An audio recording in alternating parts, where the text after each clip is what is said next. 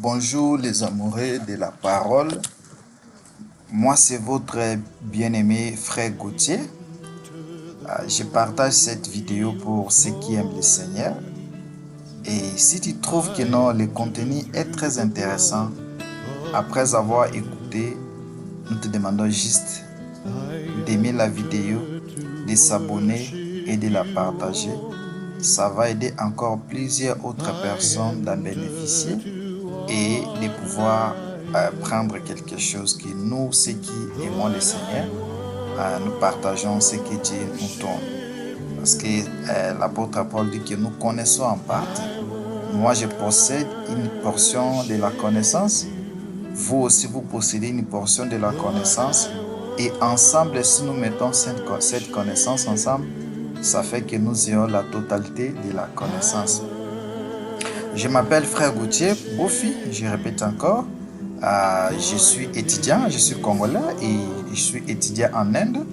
Et c'est pour ça que vous voyez un peu mon histoire est un peu en anglais parce que j'ai cherché un système, même la Bible en anglais, ça n'a pas. Donc ça n'importe quoi. C'est juste je suis chrétien. Mes frères et sœurs dans le Seigneur, je voulais un peu qu'on puisse parler un peu d'une petite pensée que le Seigneur m'a mis au cœur quand je méditais les Écritures. Ça m'a vraiment beaucoup touché. Et notre petite réflexion se base dans le livre de Genèse, en commençant à partir du chapitre 18, verset 22, comme vous le voyez dans mon écran, et jusqu'au dernier verset. Si vous pouvez me permettre, je peux lire. En tout cas, ne me jugez pas. Vraiment, ma Bible est en anglais. C'est pour ça que vous la voyez. Mais je connais que nous connaissons l'histoire, nous tous. Mais je vais juste tirer quelques portions de révélations que le Seigneur a pu mettre dans mon cœur. Je lis dans le nom de Jésus. And the men turned their faces from thence and went towards Sodom. But Abraham stood yet before the Lord. And Abraham drew near and said, Wilt thou also destroy the righteous with the wicked? Peradventure, there be 50 righteous within the city. Wilt thou also destroy and not spare the place of the 50 righteous that are therein, that be far from thee, to do after this manner, to slay the righteous with the wicked, that righteous should be as wicked, that be far from shall not be judged of all the earth to right. And the Lord said, If I find in Sodom 50 righteous within the city, then I will spare all the place for their sakes. And Abraham answered and said, Behold, now I have taken upon me to speak unto the Lord, which am I but dust and ashes? Peradventure, there shall lack 5 of the 50 righteous. Wilt thou destroy all the city for lack of 5? And he said, If I find there 45, I will not destroy it. And he spake unto him yet again, and said, Peradventure, there shall be 40 found there. And he said, I will not do it for 40's sake. And he said unto him, Oh, let not the Lord be angry. I will speak. Peradventure, there shall 30 be found there. And he said, I will not do it if I find 30 there. And he said, Behold, now I have taken upon me to speak unto the Lord. Peradventure, there shall be 20 found there. And he said, I will not destroy it for 20's sake.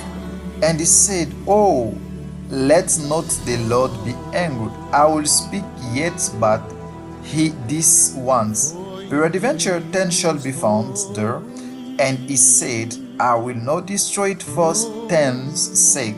And the Lord went to say, as soon as he had left communing with Abraham, and Abraham returns into his place. Mes frères dans le Seigneur, la portion de la pensée qu'on est en train de voir ici, comme nous tous les amoureux de la parole, nous connaissons, Abraham, après avoir reçu les serviteurs de Dieu, les anges de Dieu dans sa maison, Dieu a mangé. Comme Abraham était l'ami de Dieu, autrement, il était comme l'autel vivant de Dieu sur la terre, qu'aucune chose ne pouvait pas être décidée dans les ciels sans que Abraham soit au courant. Parce que si nous lisons cette portion d'écriture, tu vas voir que non, les jours que le Seigneur voulait détruire la ville de Sodome et Gomorrhe, il y avait tellement plusieurs endroits que le Seigneur pouvait acheminer pour arriver dans la ville de Sodome et Gomorrhe, détruire ces villes et retourner au ciel. Mais étant donné qu'il avait quoi? Une alliance profonde avec Abraham, et aussi Abraham, il était l'autel vivant de Dieu. Tout un système de Dieu, c'est-à-dire le royaume des cieux fonctionnait en communion avec Abraham. Le conseil divin pouvait se tenir. Abraham devait aussi être informé des choses qui se passent. Voilà pourquoi dans notre génération, nous aussi en Christ, nous sommes des autels vivants. Quand nous lisons les livres de Jean chapitre 1, dans les derniers versets, Jean chapitre 3 je pense, dans les derniers versets, où Seigneur Jésus-Christ, il est en train de dire à Nathanaël, parce que je t'ai dit que je t'ai sous les figuiers, maintenant tu verras de plus grandes choses, tu verras les ciels ouverts et les anges monter descendre sur le Fils de l'homme. Or, comme nous sommes en Jésus-Christ, le Fils de l'homme est en nous. Ce qui veut dire autrement, comme le Fils de l'homme est en nous, le ciel aussi est ouvert sur nous. Les anges montent et descendent sur nous. Pourquoi? Parce que le Fils de l'homme, Jésus-Christ, y vit en nous. Et dans ce même instant, nous sommes aussi devenus quoi? L'autel vivant de Dieu. Nous fonctionnons dans le système céleste du Seigneur. Le ciel ne peut rien faire sans nous informer. Avant que le ciel fasse une décision, nous serons informés parce que nous sommes tout un système. Nous sommes les membres de ce royaume, nous sommes les cabinets, nous sommes les messagers, nous sommes les serviteurs, les ministres de ce royaume. Donc dans cette génération, nous jouons le même rôle qu'Abraham avait joué. Vous voyez pourquoi c'est nous les fils du royaume que nous avons même la révélation du temps. Nous connaissons quand est-ce que la terre sera détruite. Nous n'avons pas le temps fixe, mais par les signes du temps que le Seigneur nous a donné. Un vrai fils du royaume, c'est lui qui lit les Écritures, c'est lui qui connaît. Il connaît quand est-ce que cette terre sera détruite. Même les approximations, il saura que non, quand je vois ces signes, quand je vois ceci, cela est écrit. Pourquoi? Parce que nous sommes un système. Et le Père nous a révélé de ça. Et de même comme Abraham, quand Dieu voulait détruire la ville de Sodome et Gomorrhe, la fin de toutes choses dans ces deux villes était arrivée. Dieu était descendu d'abord informer à son enfant, à son serviteur, à l'autel vivant. Et avec Abraham, aucune chose ne pouvait se faire dans le ciel sans que lui soit au courant. Et il pouvait participer, même changer les décisions du royaume de Dieu. Quand nous allons voir comment est-ce qu'il intercédait pour changer les décisions que le ciel pouvait prendre. C'est de même aussi avec toi, mon frère, ma soeur. Dans ce temps, nous participons dans le royaume de Dieu et nous avons cette probabilité ou cette chance d'anticiper et voire même changer certaines décisions du royaume des cieux. Ce que Père a voulu faire plus tôt, nous pouvons participer et changer certaines décisions parce que nous sommes l'autel vivant dans notre alliance avec Christ. Ok, ça c'est pas notre point focal. Alors, ce que nous voulons voir, ce qui nous retient ici, c'est-à-dire quoi? Quand le Seigneur, le Dieu de gloire, a voulu détruire ces deux villes, il est descendu à son serviteur avec ses anges. Ils ont mangé, ils ont fait beaucoup de choses parce que cette portion d'écriture contient beaucoup de mystères et de révélations. Mais on va en tirer quelques-unes. Alors quand ils ont mangé, après avoir mangé, Abraham, il était resté avec Dieu. Et Dieu a dit à Abraham, cacherai-je à mon serviteur ce que je dois faire?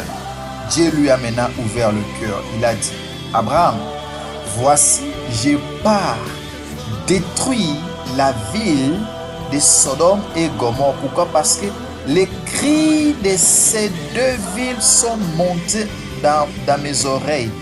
Leurs atrocités, leurs iniquités, leurs péchés, je les entends tous les jours. Mais je suis d'abord descendu voir et détruire cette ville. Abraham, en écoutant ça, directement, il a dit que j'ai aussi mon neveu qui vit dans cette ville. Alors, laissez-moi maintenant faire les deals avec Dieu. Les deals, c'est-à-dire quoi? Il veut changer le plan céleste. Parce que dans la pensée du Seigneur, c'était de détruire toute la ville, sans épargner aucune personne. Maintenant, Abraham étant le citoyen céleste, l'autel vivant, celui qui participe dans les décisions du conseil de Dieu, il devait maintenant agir.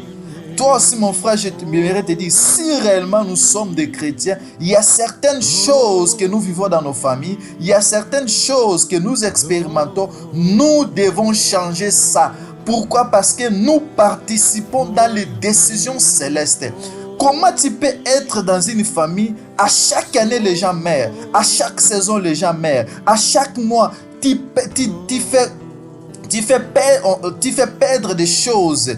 Quand tu touches l'argent, il y a toujours des problèmes qui viennent, ni la tête, ni la queue. Mon cher, lève-toi parce que tu es le citoyen céleste du royaume des cieux. Tu participes aux décisions célestes. Lève-toi dans la présence de Dieu comme Abraham s'est tenu dans sa présence. Et il a changé certaines décisions que Dieu voulait prendre. Ne laissez pas l'ennemi t'intimider. Ne laissez pas le diable te détruire. Ne laissez pas le diable jouer avec ta postérité ni avec ta famille. Dieu t'a donné le pouvoir d'entrer dans ces décisions, d'entrer dans ce que le ciel décide et tu vas voir que non, la lumière va s'élever dans ta famille, va s'élever dans tes business, va s'élever dans ce que tu veux. Et l'esprit de la mort va disparaître, la souffrance va disparaître. Pourquoi? Parce que tu es membre partant des conseils de décision du royaume des cieux et ta parole a été toujours bienvenue devant Dieu. Alors, Abraham, il a commencé à parler avec Dieu, il a commencé à pousser des raisons. Il a dit, oh, moi j'ai un frère, j'ai mon neveu qui vit dans la ville de Sodome et Gomorrhe. Ok, laissez commencer maintenant la discussion avec Dieu. Je peux apporter ma décision. Il a dit, comment est-ce que si tu trouves par exemple 50 personnes dans ces deux villes-là, pourras-tu détruire ces deux villes? Dieu lui a dit, non Abraham, je ne peux pas détruire ça. Abraham dit encore, ok, attendez un peu. Alors si tu trouves par exemple les 5 qui manquent, tu trouves 45. Toi tu es Dieu de la justice, tu ne peux pas tuer les 45 personnes parmi les méchants. Dieu a dit non, je vais épargner ces deux villes si je trouve 45. Abraham dit encore, oh, excusez-moi, je ne suis que masse de terre, je ne suis que poussière, rien. J'ai trouvé grâce de s'approcher devant Dieu. Ma sœur et mon frère, j'aimerais te dire ceci. Dieu aime t'écouter. Il ne tient pas comme de qui que tu es. Toutes sortes de prières, toutes sortes de choses que tu peux faire devant Dieu. Dieu aime t'écouter. Abraham, il croyait que Dieu, il va rejeter son intercession. Non, Dieu aime nous écouter. Voilà pourquoi la Bible dit, faites toutes sortes de prières. Ma sœur, parle à Dieu de toute manière que tu veux. Quand tu lui parles, considère-le comme d'abord ton Dieu. Tu le mets à la place de Dieu. Dieu, c'est-à-dire qui fait des choses impossibles que l'homme ne peut faire. Considère-le comme le roi. Il mérite l'adoration que tu vas lui donner. Et considère-le comme ami. Quand tu lui considères comme un ami, c'est-à-dire tu vas lui dire des vérités en face. Si tu souffres, tu lui dis des vérités. Considère-le comme le créateur. Tu lui dis, crée des choses dans ma vie qui ne sont pas. Abraham croyait que parler à Dieu c'est un tabou ou un péché. Mais en vérité, c'est ce que Dieu voulait écouter. Tu parles à qui au moment des problèmes? Tu parles à qui au moment des souffrances? À qui tu passes le temps de parler?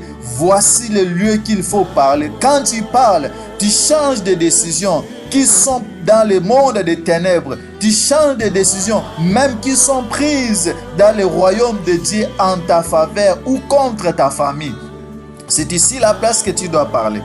Alors Abraham, il a commencé à discuter. Il est arrivé jusqu'à dire, Seigneur, alors, si il arrivait que tu trouves 10 personnes qui sont justes, est-ce que tu vas épargner la ville? Et Dieu lui a dit, non, si je trouve 10 personnes, je ne peux pas détruire la ville.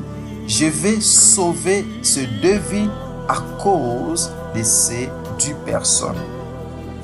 Alors, quand il lit l'idée profonde de l'intercession d'Abraham, Abraham voulait demander la grâce auprès du Seigneur pour son neveu. Mais la grâce qu'Abraham demandait, ça a été de manière indirecte.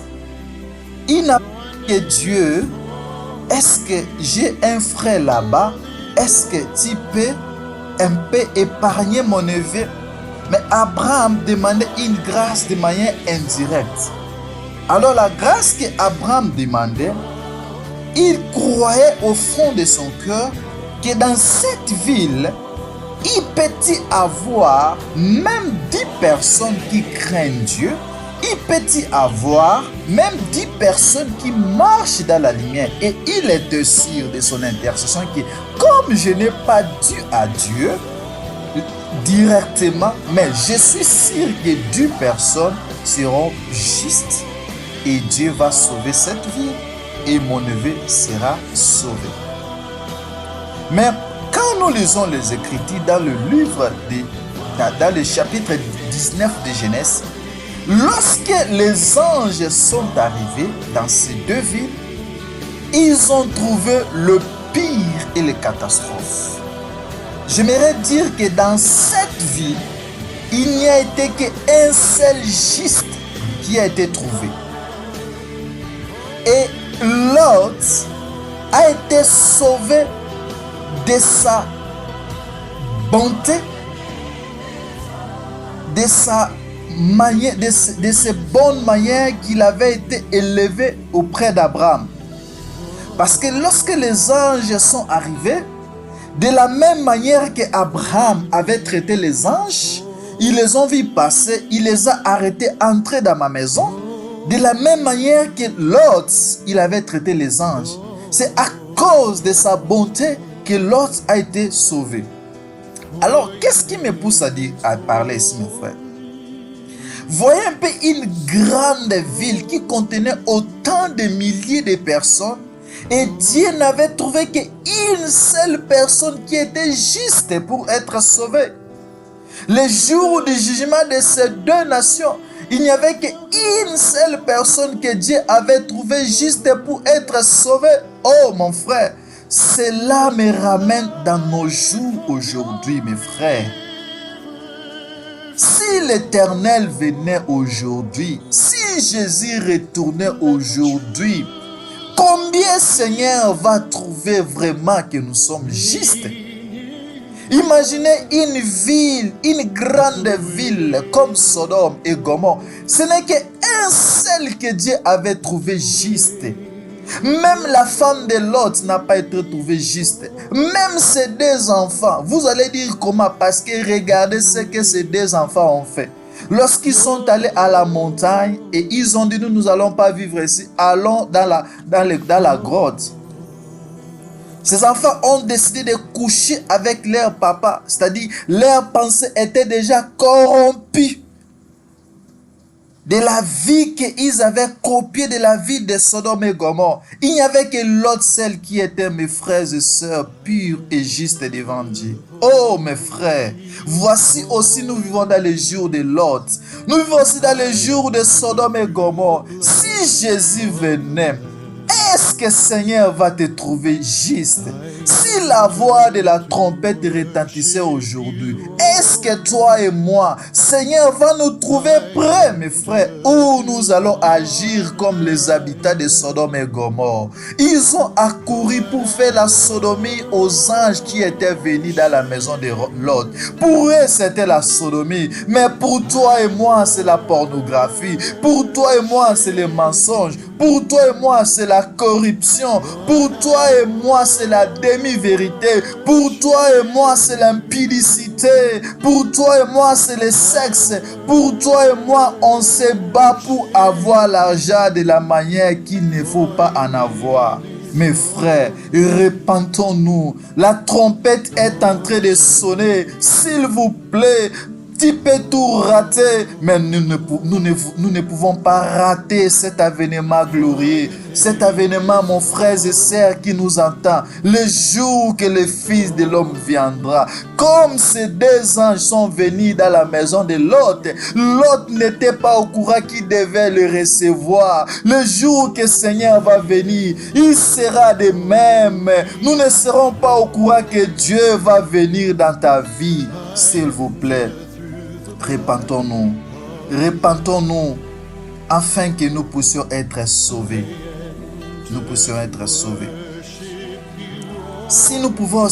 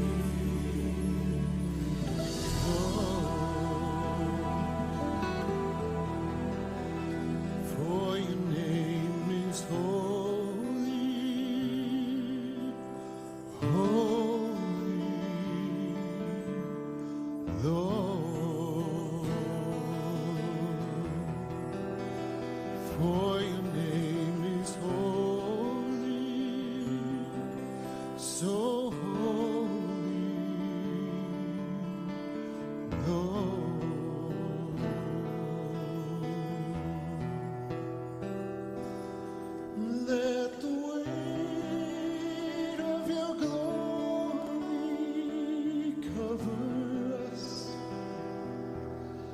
Let the life of your river flow. Let the truth of your kingdom reign in us.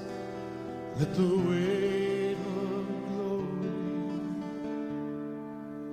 let the weight of your glory fall. Let the weight of your glory fall.